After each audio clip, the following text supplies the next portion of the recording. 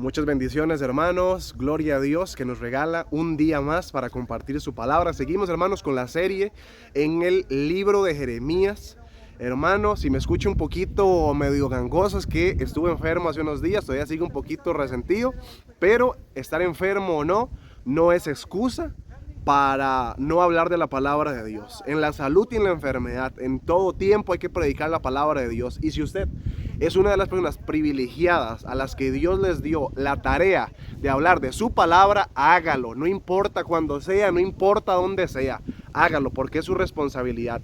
Como lo hizo el profeta Jeremías, que a pesar de que era joven, no era bueno con la palabra, el hombre se dispuso para que Dios lo usara y así fue, profeta entre las naciones. Y es lo que vamos a ver hoy. Vean lo que dice, hermanos, el capítulo 2. Dice, bueno, en este caso es Isaías, bueno, Jeremías, lo vamos a ver más adelante, digamos, cómo este libro habla tanto sobre, ¿cómo podría decirse? Es que no suene feo, digamos, como acusaciones de Israel. No es como que Dios acuse a Israel ni nada, pero como regaños a Israel, acusaciones no, regaños a Israel, exhortaciones a Israel, esa es la palabra. El capítulo 2 inicia con un título que no es de la Biblia, pero sí de mi Biblia en esta, ¿verdad? Pero no es oficial. Dice, infidelidad de Israel. Habla sobre la infidelidad de Israel. De eso se trata de este capítulo sobre todo. Dice, el Señor se dirigió a mí y me dijo, ven y habla a la ciudad de Jerusalén, grita para que lo oigan bien. Escuche lo que le dice Dios a Jerusalén. Así dice el Señor, recuerdo cuando era joven, me eras fiel, que cuando te hice mi esposa me amabas y me seguiste a través del desierto, tierra en que nada se cultiva. Israel estaba consagrada a mí, era lo mejor de mi cosecha. Si alguien le hacía daño, yo lo castigaba enviándole calamidades, como a quién, como a Egipto. Yo, el Señor, lo afirmo, dice la palabra de Dios. Hermanos, vemos aquí, pues, ¿verdad?, cómo Israel, a pesar de haber visto la gloria de Dios una y otra vez, seguían insistiendo en hacer su voluntad, en hacer lo que querían, en seguir su propio deleite y su propio placer. ¿Cómo? O sea, y muchas veces los que hemos leído la Biblia, los que hemos estado en un culto y hemos oído al predicador hablar sobre esto, seguramente en los inicios hemos dicho, pero Israel, ¿qué les pasa? ¿Por qué? O sea, llamarlo así es feo, pero ¿por qué tan necios? ¿Por qué qué pueblo más necio? Ve la gloria de Dios una y otra vez. Pero a pesar de todo, siguen insistiendo en el pecado, en rebelarse, en adorar a otros dioses. ¿Por qué son tan necios? Insistiendo en nuevas religiones, sabiendo que tienen al Dios verdadero de su lado, que ya lo sacó de Egipto, que ya vieron milagros. Hermanos, eso es lo que les reclama Dios en este momento. Les dice, recuerdo cuando eras joven, me eras fiel. Ese Israel que era joven cuando era fiel era la Israel, por ejemplo, una fue la de Josué, una Israel que, a diferencia de la de Moisés, que no entró a la tierra prometida por infieles y por falta de fe, la de Josué fue lo contrario, fue y conquistó todo lo que tenía que conquistar. Incluso Dios tuvo que pararlos ya porque que querían dejarse todo y Dios le dijo no, hasta acá. Y les dividió según lo que le correspondía. Era una Israel joven, una Israel fiel, que iba delante de Dios siempre a rendir culto, a rendir todo lo que tenían que hacer, ¿verdad? Y esto es aplicable a nuestra vida.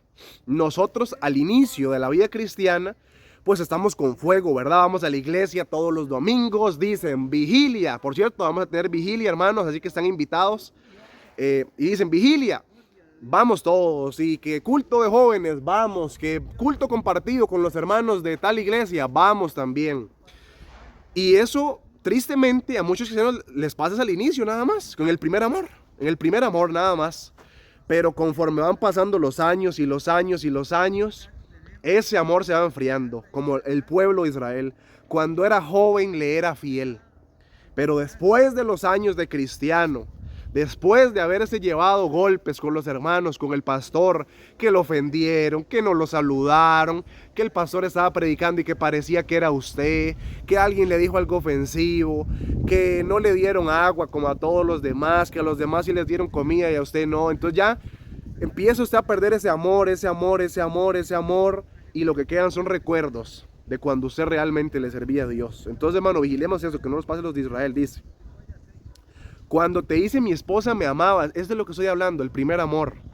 Aquí viene Jeremías hablando al pueblo de Israel diciéndoles, cuando ustedes al inicio me servían, me amaban, me querían, cuando los hice mi pueblo al inicio me querían, pero ahora hacen lo que quieren, me desobedecen.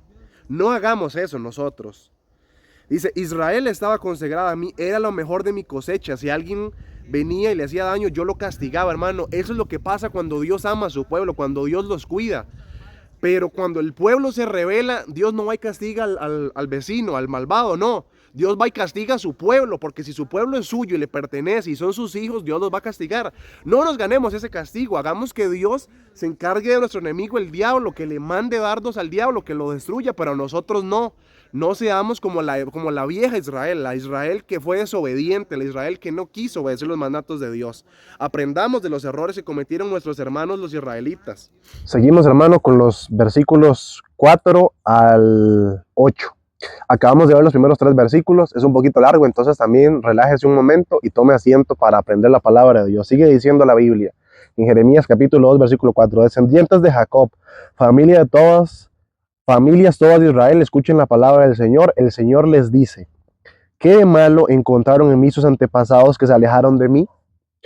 Se fueron tras dioses que no son nada, y en nada se convirtieron ellos mismos. Igual, hermano, digamos, el contexto es de Jeremías hablándole al pueblo de Israel, un pueblo de Israel desobediente, un pueblo de Israel que a pesar de ver la gloria de Dios, siguen insistiendo en hacer lo que quieren y en adorar a los dioses que ellos quieran. Y Dios les recrimina. Que tengo algo malo, les dice Dios, ¿por qué siguen de necios? No les doy lo que ocupan, no les di ya la tierra que les prometí, no los libro cuando viene un enemigo. Entonces, ¿por qué siguen insistiendo en irse de mi lado? ¿Por qué siguen de necios? Y les dice, se fueron tras dioses que no son nada y en nada se convirtieron ellos mismos. Eso lo podemos ver incluso para nuestras vidas. Como muchas veces un hijo de Dios, lo predicaba hoy la hermana Marta Pérez, aquí lo pueden ver en YouTube, ¿verdad? Aparece como la honra a Dios, la prédica. Ella habla de que cuando a un hermano muchas veces que está pidiendo, Señor, dame un carro, Señor, dame una casa, y Dios se la da, se alejan de Dios, porque no, ahora la casa tengo que cuidarla porque me le puede pasar algo, se me quema, me la roban. No, que el carro mejor ya no voy, porque el camino a la iglesia tiene huecos, entonces voy a tener que ir al mecánico porque se le va a joder la suspensión, o que la gasolina porque está a 10 minutos y todos los domingos suma tanto, entonces mejor ya no voy porque no. Muchas veces personas que lo tienen todo, que tienen a Dios en el corazón, lo dejan botado, dice, por dioses que no son nada y en nada se convierten ellos mismos, porque ese carro al que tanto cuidaron para no ir a la iglesia, por no ir a la iglesia nada más, ¿verdad? Se les termina desbaratando. Y aunque no se les desbarate, cuando usted se muere le hago esa pregunta, ¿qué se lleva? Absolutamente nada. Entonces no hay que afanarnos con dioses que no son nada. Seguimos con la palabra. No se preocuparon por buscarme a mí.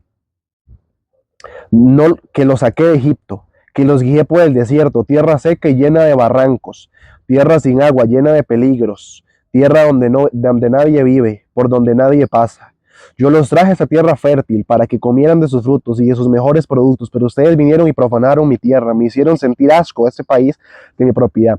Muchas veces Dios a nosotros nos saca de Egipto. Si usted es una persona que estuvo en drogas y por gloria a Dios, usted fue salvo de esa adicción, hermano, déjeme decirle, Dios se la sacó de Egipto.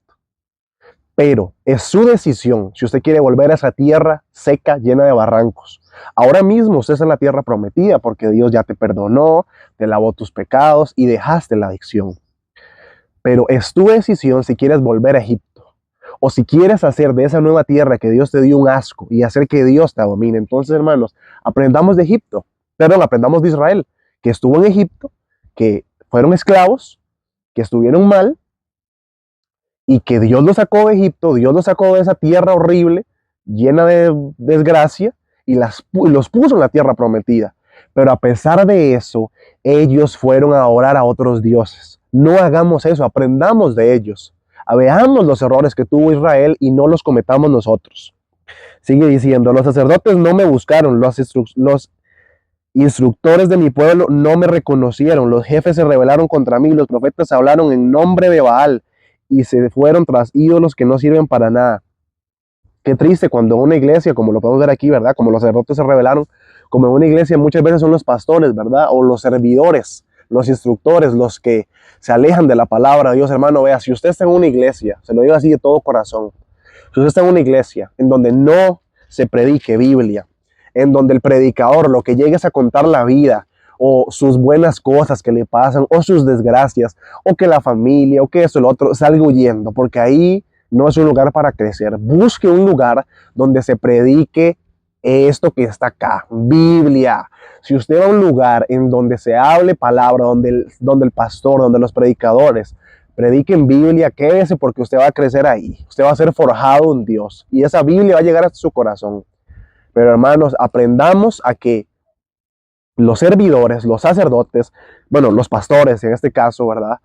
Deben ser personas que no se aparten de la instrucción de Dios, como lo dice aquí la palabra de Dios, en la infidelidad de Israel. Los hermanos, con los versículos 9 y 13, pero como es demasiado, entonces no lo vamos a leer. Ya lo voy a poner yo en la descripción, ¿verdad? Algún link para que usted pueda leer toda la palabra y que ratifique, siempre ratifique. No crea de buenas a primera, investigue usted por su propia cuenta lo que se predica. Entonces yo les voy a dejar a ustedes un link que los puede dirigir, ¿verdad? A una versión de la Biblia parecida a esa que yo tengo, Dios habla hoy, ¿verdad? Para que usted vea que lo que estoy hablando es cierto, que no me lo estoy inventando yo, como lo dije antes. Biblia es lo que hay que predicar. Lo siguiente, ¿verdad? El 9 al 13 habla sobre el proceso contra Israel. Gracias, ¿verdad? A la desobediencia de Israel, a que Israel fue un pueblo que a pesar de que Dios le dio todo y no quisieron obedecer al Señor y se fueron con otros dioses, como muchas veces también nosotros hacemos, ¿qué es lo que tiene que hacer Dios entonces? Dice la palabra de Dios. Por eso yo, el Señor, afirmo, voy a entablar un proceso contra ustedes y escuche contra sus nietos. ¿Ve lo que pasa? Cuando usted desobedece, cuando Dios ya te sacó de Egipto, cuando Dios ya te dio la tierra prometida, cuando Dios ya te perdonó y te lavó de tus pecados, y sigues de necio, haciendo lo que quieres, desobedeciendo, haciendo lo que la carne te pide, Dios establece un proceso contra ti, un proceso que va a ser difícil. ¿Por qué? ¿Por qué Dios, si Dios nos ama tanto, entonces por qué Dios nos prueba? ¿Por qué Dios nos manda momentos y tribulaciones difíciles? Precisamente porque nos ama. Como Él nos ama, nos manda esos momentos difíciles para que nosotros crezcamos y nos arrepintamos. Él nos ama tanto que si nos tiene que ver sufrir para que seamos salvos, lo va a hacer. Y es lo que Dios hizo con Israel y es lo que Dios va a hacer con nosotros. Dice: mi pueblo cometió un doble pecado, me abandonaron a mí, fuente de agua viva, hicieron sus propias cisternas. Eso es lo que pasa. Dios inicia un proceso cuando se abandona cuando se abandona la fuente de agua viva. Cuando uno deja lo que le da vida, cuando uno deja a Dios, que es el único verdadero, el único que tiene palabra de salvación, y se abandona esa fuente, ¿qué es lo que le queda a Dios? Iniciar un proceso contra nosotros, y es lo único para ser salvos. Porque Dios dice: ya les di mi gracia, ya les di a Jesucristo, y ya lo aceptaron, y están reconciliados conmigo, y ya todo. Pero este muchacho sigue de necio, sigue tomando alcohol, sigue saliendo los domingos en la noche, después del culto se va de fiesta, sigue viendo pornografía, sigue escuchando música del mundo, sigue juntándose con gente a hablar mal de otros. Pues ya, ¿qué le queda a Dios? Iniciar un proceso, y es terrible y es difícil, pero es lo que Dios va a hacer, así como Dios lo hizo con Israel. Entonces, hermano, pongámonos las pilas para que no nos tenga que pasar lo que le pasó a Israel, entrar a procesos difíciles nada más por la desobediencia. El versículo 14 ahora de Jeremías dice: Israel no es un esclavo, dice la palabra de Dios. También nosotros no somos esclavos. Él no nació en la esclavitud. En nuestro caso, pues nosotros, sí, nacimos en la esclavitud del pecado. Entonces, pero ya no lo somos, ¿verdad? Pasa que cuando te arrepientes, cuando crees en Cristo, naces de nuevo. Entonces, ese nacimiento en la esclavitud es eliminado y es cambiado por un nuevo nacimiento en Cristo. Lo podemos ver en la Biblia también. Dice: ¿por qué pues los saquean? ¿Por qué lo atacan los leones? ¿Por qué lanzan fuertes rugidos? Aquí se habla, ¿verdad? Los siguientes versículos, el 16 y 17, habla sobre la desgracia que ha tenido que pasar Israel en ese tiempo. Saqueos, ciudades encendidas, La gente de las ciudades se rompe la cabeza por entender qué es lo que está pasando. Tantas cosas. Y dice, esto te ha pasado, dice la palabra en el 17, por haberme abandonado. Ven lo que hemos venido hablando todo el versículo, todo el capítulo, sí, ha estado hablando sobre lo mismo, sobre lo mismo. La desobediencia de Dios, la desobediencia a Dios lo que trae es desgracia, lo que trae es miseria, lo que trae es castigo. No porque Dios es malo, de que como estos pecadores, entonces lo voy a eliminar. No, es porque Dios nos ama. Como Israel es el pueblo de Dios y lo ve que está en idolatría, pues no deja que le caigan desgracias. ¿Para qué? Para que en esa desgracia se arrepientan y busquen a Dios. Igual nosotros, dice la palabra de Dios. Y ahora, ¿qué ganas con ir a Egipto a ver agua del Nilo? Y ahora te digo a ti, ¿y ahora tú qué ganas con volver al mundo, a beber agua del mundo, a beber alcohol, a drogarte? ¿Qué ganas ahora como las cosas se pusieron difíciles en Cristo, qué ganas con irte a meter un bar? Nada. Miseria es lo que uno se gana cuando uno vuelve otra vez a donde no fue llamado, vuelve otra vez al barro. Eso es lo que trae la desobediencia a Dios. Seguimos ahora con el versículo 20, que también se refiere a la rebeldía de Israel. Dice, desde hace mucho te rebelaste contra mí, te negaste a obedecer, me dijiste, no quiero servir sobre toda loma alta y bajo todo árbol frondoso. Te dedicaste a la prostitución. ¿Ven qué difícil? Dios nos ha llamado, Dios nos ha escogido, pero muchas veces nosotros como su pueblo le decimos, no quiero servirte, no quiero estar contigo. Y nos vamos, igual que el pueblo de Israel, en cualquier lugar a prostituirnos en el pecado, a prostituirnos en lo que el diablo nos ofrece, en lo que el mundo nos ofrece. Llámele como usted quiera. Y dice el 21, yo te planté como vid de la mejor calidad. Iglesia, Dios te plantó a ti como vid de la mejor calidad, como vid de la semilla más fina. Vid es la uva, es la planta de la uva. Pero te has degenerado tanto que ya ni te reconozco. Eso es lo que pasa. Dios nos da todo, Dios nos da santidad, Dios nos da el perdón de pecados. Pero nosotros, siendo necios, siendo tercos, vamos y nos degeneramos y muchas veces quedamos irreconocibles. Dios en su gran misericordia nos perdona. Pero no llegamos hasta esos puntos. No hagamos como la rebeldía que tuvo Israel, que Jeremías tuvo que decirse, las rebeldes, rebeldes sobre cada árbol, sobre cada loma, se prostituyen, se van y se venden a otros dioses. No tenemos por qué hacer eso nosotros.